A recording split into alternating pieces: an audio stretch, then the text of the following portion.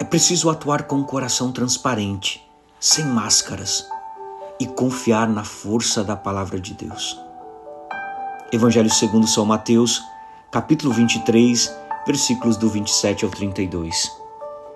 Meus irmãos e minhas irmãs, a liturgia da palavra de hoje, no dia em que a igreja celebra a memória de Santa Mônica, mãe exemplar de fé e perseverança, nos convida a uma profunda reflexão sobre a autenticidade da nossa fé e a verdadeira paternidade ou maternidade espiritual. As leituras de hoje, da primeira carta de São Paulo aos Tessalonicenses e no Evangelho de São Mateus, nos desafiam a um olhar para além das aparências e a acolher a palavra de Deus em sua potência transformadora. No Evangelho de São Mateus, Jesus continua a pronunciar um dos seus mais veementes ais contra os escribas e os fariseus.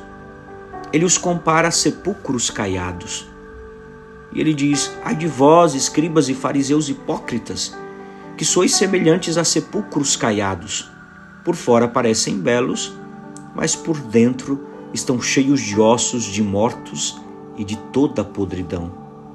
Como vimos ontem na nossa reflexão, a palavra hipócritas designava originalmente um ator de teatro, alguém que usa uma máscara e representa um papel. Jesus desmascara a superficialidade, a pretensão de fazer bela figura para poder seduzir e conquistar o olhar dos outros. A expressão grega sepulcros caiados é taphos kekonismenoi, eram túmulos embranquecidos com cal para serem invisíveis e evitar que as pessoas se tornassem ritualmente impuras ao tocá-los. Era uma preocupação com a pureza externa que, no entanto, encobria a realidade da morte e da podridão. Jesus não ataca a lei, mas a inversão de prioridades. A obsessão pela aparência externa em detrimento da pureza interior. Veja, aqui o texto tem uma teologia muito clara. Lembremos da expressão do livro de 1 Samuel, capítulo 16, versículo 7. Deus olha o coração e o homem vê a aparência. Não basta cumprir ritos ou exibir uma piedade aparente, se o interior está cheio de iniquidade. Do grego, anomias, de falta de lei e de moralidade divina. Essa é a magia, é o investimento de energia em ordenar, limpar e mostrar o aspecto mais exterior, sem fazer as contas com as trevas e o mal latente que, portanto, nós carregamos dentro do coração. Essas trevas e o mal latente que carregamos dentro de nós. A igreja, ao longo da história, sempre alertou para o perigo da hipocrisia. Santo Agostinho, filho de Santa Mônica, no seu livro das suas Confissões, narra sua própria jornada de busca por uma fé autêntica, se despojando das aparências e das pretensões intelectuais para encontrar a verdade no íntimo de sua alma. Ele compreendeu que a verdadeira conversão é um caminho de interioridade. O Catecismo da Igreja Católica nos lembra que a hipocrisia é um pecado contra a verdade e a caridade, porque esconde a intenção real e engana o próximo. Em contraste com a atitude dos fariseus, a primeira carta de São Paulo aos Tessalonicenses hoje nos apresenta um modelo de verdadeira paternidade espiritual. São Paulo recorda: sabereis também que, como um pai a seus filhos, exortávamos a cada um de vós, encorajávamos e insistíamos para que vivesseis de maneira digna de Deus, que vos chama ao seu reino e à sua glória. A palavra exortávamos, do grego parakalountes, significa mais do que apenas admoestar, exortar, mas também é encorajar, consolar, suplicar com carinho.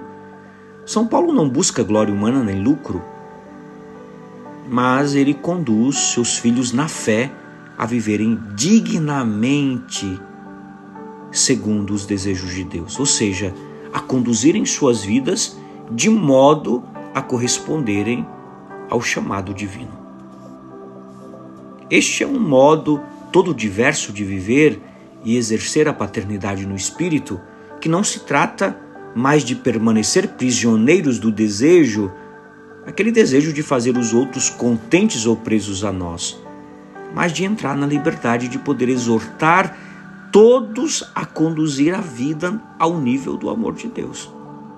É um ministério que busca a liberdade do outro e não o aprisionamento. Meus irmãos e minhas irmãs, qual é o segredo dessa paternidade, dessa maternidade espiritual eficaz? Nós lemos no versículo 13 da nossa segunda leitura hoje. Por isso, nós também damos graças a Deus sem cessar, porque recebendo a palavra de Deus que nós ouvimos e que vós ouvistes, vós a acolhestes, não como palavra de homens, mas como realmente é palavra de Deus que opera eficazmente em vós, os que credes. A palavra de Deus, do grego logon theon, não é mera retórica ou um ensinamento humano. É a palavra dinâmica, a palavra viva e ativa, porque ela opera eficazmente. Ela age eficazmente, vem do verbo energeo, energeitai, que significa agir, operar naqueles que a acolhem com fé.